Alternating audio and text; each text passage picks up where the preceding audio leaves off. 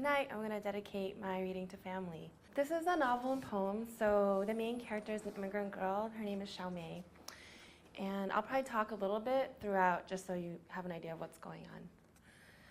Xiao Mei's first heartbreak. Gone the clanging midnight door, perpetual raised voice.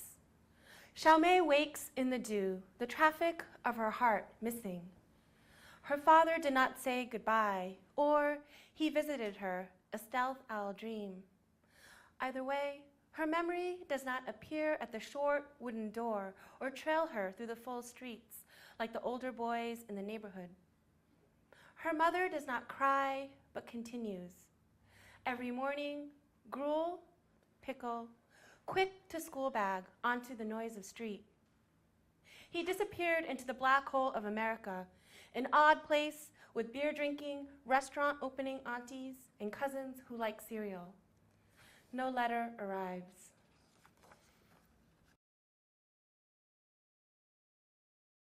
This woman with my face is not mine. I do not love her, and she does not love me. Her face would open as the ting announced my arrival. She would sit me down behind that plank doubling as counter, the Sharpie my weapon to nail her tongue onto placard. I look her in the fierce eye and say, no, that's wrong. You're not saying it right. She would halt her recitation, press her thin peach lips like she was glad I was worth something. Other twilights, I said nothing, daring her to hang her failures in the window. At school the next day, the girls would gather round and I would unfold the great, outlandish, true tale of my pathetic mother, married off at age 3 to an evil rich man as second wife concubine. How he squeezed sorrow out of her pounding chest, how he beat her for that first daughter, me, how he squirreled away like the workday ant, coin after morsel. How one day the bus driver saw my fresh face and her haggard one, two sides of the mirror of time open onto his pale life. He fell in love with such courage. We, a lovely family, bought passage on the steerage section of the airplane, here to start a romantic, rose-tinted life.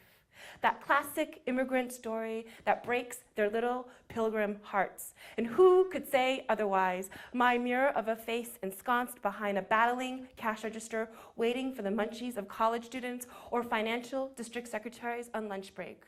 This face, I, the only authority, translator, writer, communicant, sage, storyteller, shit-talker. How would you, O foreigner, know the difference?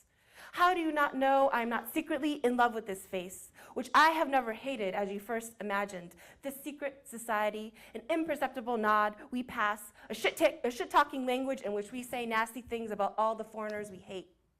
Even now, she is carving up her deep memories for me. I'm scooping out her innards, that long imprint of my family before her, hand snaking up what she has stitched shut at the ass. At the station, the old grandmother mumbling poetic phrases in Mandarin, a wrinkled-faced woman who could have been my grandmother, presumed I was part of her family. Filial obligation would move me to point her in the northern direction towards our tribes. And that bleak day, I wanted to talk loudly in another tongue, shaming her for not knowing my other language, for marking me with my difference, a gift from my mother. But I stuffed myself back into my skin. She could have missed the smallest turn, sweet opening, but her finger crept up, touched that nerve, and spilled. Until I picked her up with my split tongue, we bartered for those multiple years of bloodshed, empires, emperors, mandates for our shared failings as daughters. Perhaps not businesswomen who could lift up an oppressed family with one finger, we stood parked in front of that multi-hued subway map at the mouth of the entranceway, that immigrant port city of all the world. Never having a lover with my own family face, I headed home to empty bed. I cried for all the erasures within myself, for the sand I had thrown on my mother's memory, for my hard back. To love your own violent histories, the remembered soup of your own failings, and to forgive those who have failed before you. Generation upon generation of the most mad, the most terrible, the deadliest secrets crossing the ocean. We do not bury our dead, but hack them into shanks we lay on our backs, burying them forever into each new world. I mention this because this woman with my face is meeting her end. I am still the translator, her fate within the shallow breaths of my hands. Her eyes ask me to tell her the honest brutality, the fate which only I can deliver. Again and again, I am her murderer. I have been training all my life to place each word in front plainly, not to say without saying, as is the tradition of my family or my tribe or my people or my country, to love this only woman with my face. Okay.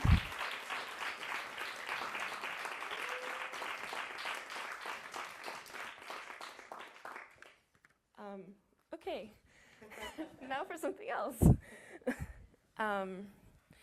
So as I mentioned, Sparrow's a ghost that kind of haunts Xiaomei. And I'll read you this poem, Two River Girls, a Pantoum. Once there was a river glistening from your hair. We blessed the glowing candles, set them in the black water, waited for a response from the gods. We blessed the glowing candles. I kissed your glorious mouth, waited for a response from the gods, hoping the beauty of our sins would be enough. I kissed your glorious mouth, waited for a response from the gods, hoping the beauty of our sins would be enough. I kissed your glorious mouth.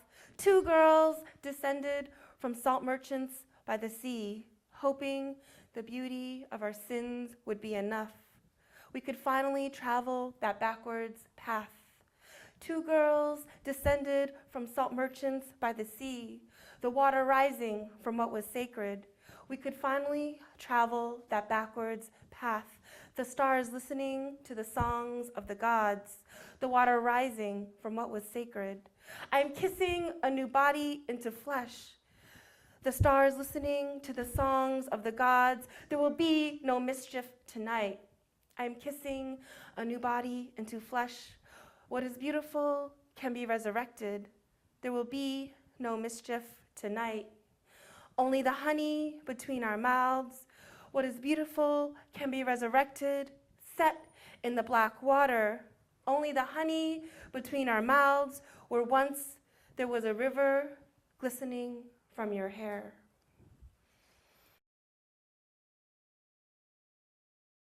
One early day, a young mother, carefully stowed in the flanks of a ship packed with chains, set out for a voyage like a flea.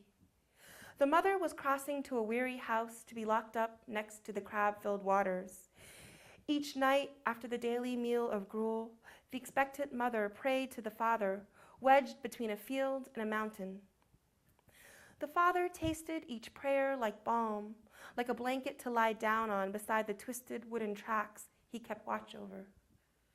Oh, to my crushed love, I did not wish to steal you, singing to the spring. 2. It is what it is. The bird sings, or it does not. Who knows who you are? Chinatown is half the size it was when you first arrived. It is widely rumored that it will be no more if we double our years in commitment. 7 days ago, I was without you, looking up at the marble gate blocking a line of cars doing midday battle. Then, at the heavy doors of the cooling red temple, paint flakes. The closet-sized hot dog stand and the Vietnamese market selling subs. I know I cannot expect them to stay, but I want to remember when they are gone, the sounds of commerce dissipating into the breaking sky. Thank you.